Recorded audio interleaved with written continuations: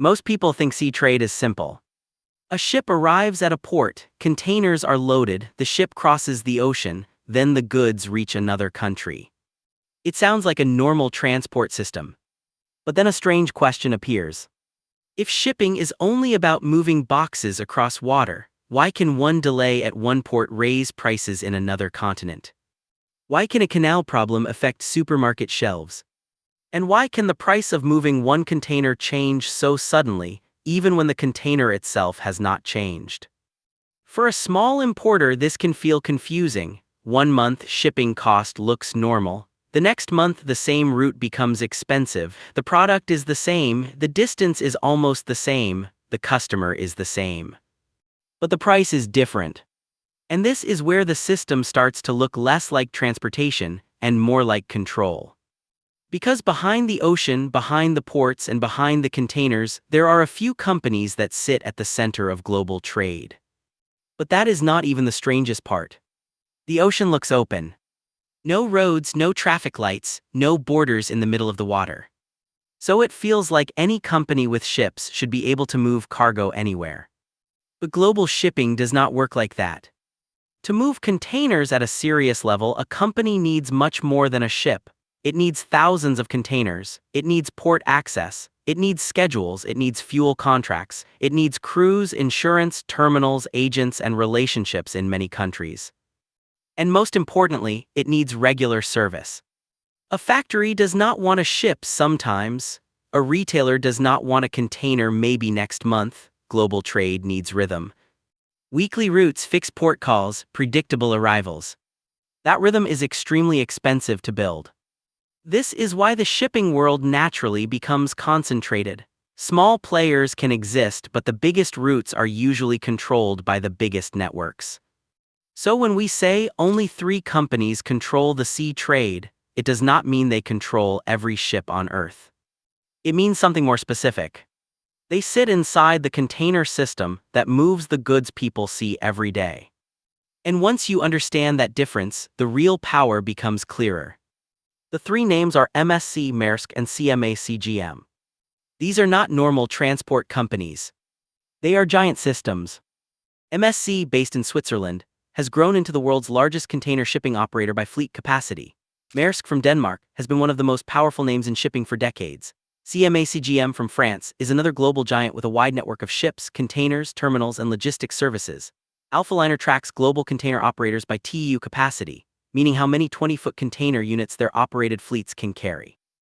Together, these companies control a massive share of global container capacity. And container shipping is the part of sea trade that connects directly to daily life. Phones, clothes, furniture, electronics, car parts, machinery, packaged goods. Many of these products do not move in loose piles, they move inside standardized metal boxes. And whoever controls the movement of those boxes controls timing. Timing controls inventory. Inventory controls prices. Prices affect businesses. And businesses pass those costs to customers. So the real story is not only about ships. It is about who controls the schedule of modern life. But even these giant companies do not always act alone. Here is where shipping becomes strange. Big shipping companies compete with each other. But on many routes they also cooperate. This cooperation happens through shipping alliances and vessel sharing systems. In simple words, 2 or more carriers can share space on ships, coordinate services, and use combined networks to offer regular routes. For customers, it may look like they booked with one shipping line, but their container might travel on a ship operated by another company inside the same network. This is not always illegal or secret. It is part of how modern container shipping became efficient. But it creates a strange situation. The companies are competitors, but they also depend on each other. From February 2025, the Container Shipping Alliance system changed significantly. Maersk moved into Gemini cooperation with Hapag-Lloyd. Ocean Alliance continued with CMA CGM, COSCO, OOCL, and Evergreen. Premier Alliance formed from other major carriers, and MSC moved more independently while still using agreements where useful. So the ocean is not simply thousands of ships competing freely. It is more like a chessboard. Routes are planned, capacity is managed, ships are shared, port calls are selected. And this raises one uncomfortable question. If everyone depends on the same few networks, who really has power when something goes wrong? To understand shipping power, look at freight rates. A container is simple, it is just a metal box. But the price to move that box is not simple at all. The price depends on demand, ship capacity, fuel cost, port congestion, canal restrictions, insurance, war risk, labor issues, and the balance of empty containers. If many companies suddenly need space on the same route, prices rise. If ships are delayed, available space becomes tight. If containers are stuck in the wrong country, the whole system slows down. And when the market is controlled by a limited number of large networks, every capacity decision matters. A carrier can add ships, remove ships, skip a port, slow down a service, change a route, cancel a sailing. These decisions may be normal business decisions, but their effect can be global. A delay in Asia can create a shortage in Europe. A congestion problem in America can trap empty containers. A canal issue can force ships to sail thousands of extra miles. And suddenly, a small business has to pay more just to move the same product. The strange part is this. The customer sees a price increase, but the real cause may be hidden somewhere deep inside the shipping network. The ocean is huge, but global trade depends on narrow places. The Suez Canal, the Panama Canal, the Strait of Malacca, the Strait of Hormuz, the Red Sea. These are not just routes. They are pressure points. When they work normally, global trade feels smooth. When they are disrupted, the entire system changes shape. UNCTAD reported that key chokepoints such as Suez and Panama became increasingly vulnerable because of conflict, climate stress, and geopolitical pressure.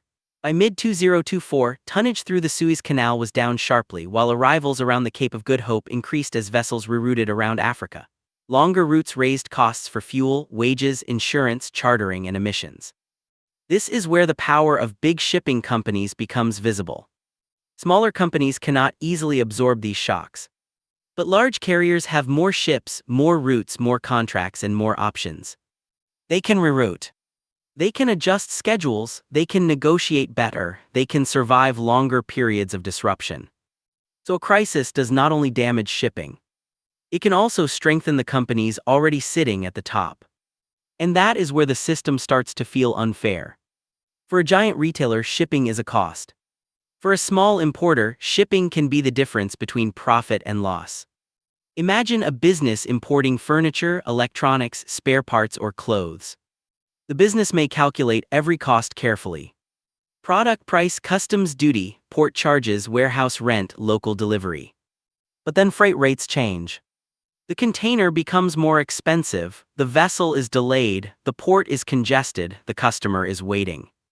Now the importer has only a few choices. Raise prices. Accept lower profit. Delay orders. Or stop importing that product. This is how a decision made inside global shipping can quietly reach normal people. A company changes a route and a shop owner loses margin. A canal becomes risky and a consumer pays more. A container is delayed and a factory waits for parts. The big carriers do not need to control the final shop. They only need to control the movement before the product arrives. That is the hidden layer. Before a product becomes a product on a shelf, it is cargo inside a system. And the system has gatekeepers.